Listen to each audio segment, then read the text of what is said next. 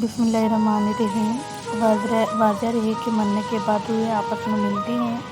सही हदीस में आया है कि मरने के बाद जो रूहें अलीन में पहुंचती हैं तो वहाँ की रूहें इनसे मिलने आती हैं और अपने रिश्तेदारों के बारे में मालूम करती हैं।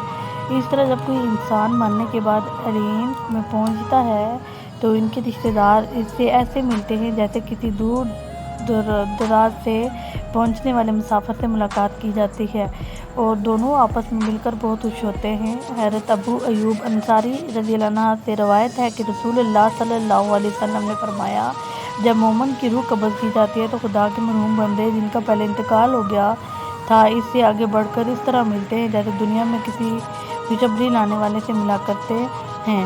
फिर इन में से बाज़ कहते हैं, ज़रा इनको मोहलत दो कि दम ले ले क्योंकि ये दुनिया में बड़े कर्म में था। इसके बाद इससे पूछना शुरू करते हैं कि फलां शख्स का क्या हाल है, क्या इसने निकाह कर लिया है।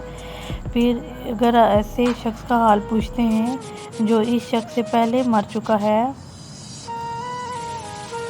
और इससे कह दिया कि वो तो मुझसे पहले मर चुका है, तो इन्ना लिल्लाहि व इन्ना इलैहि राजिऊन पढ़कर कहते हैं कि बस इसको इसके ठिकाने यानी दोज़ख तरफ ले जाया गया है। वो तो जाने की भी बुरी जगह है और रहने की भी बुरी जगह है।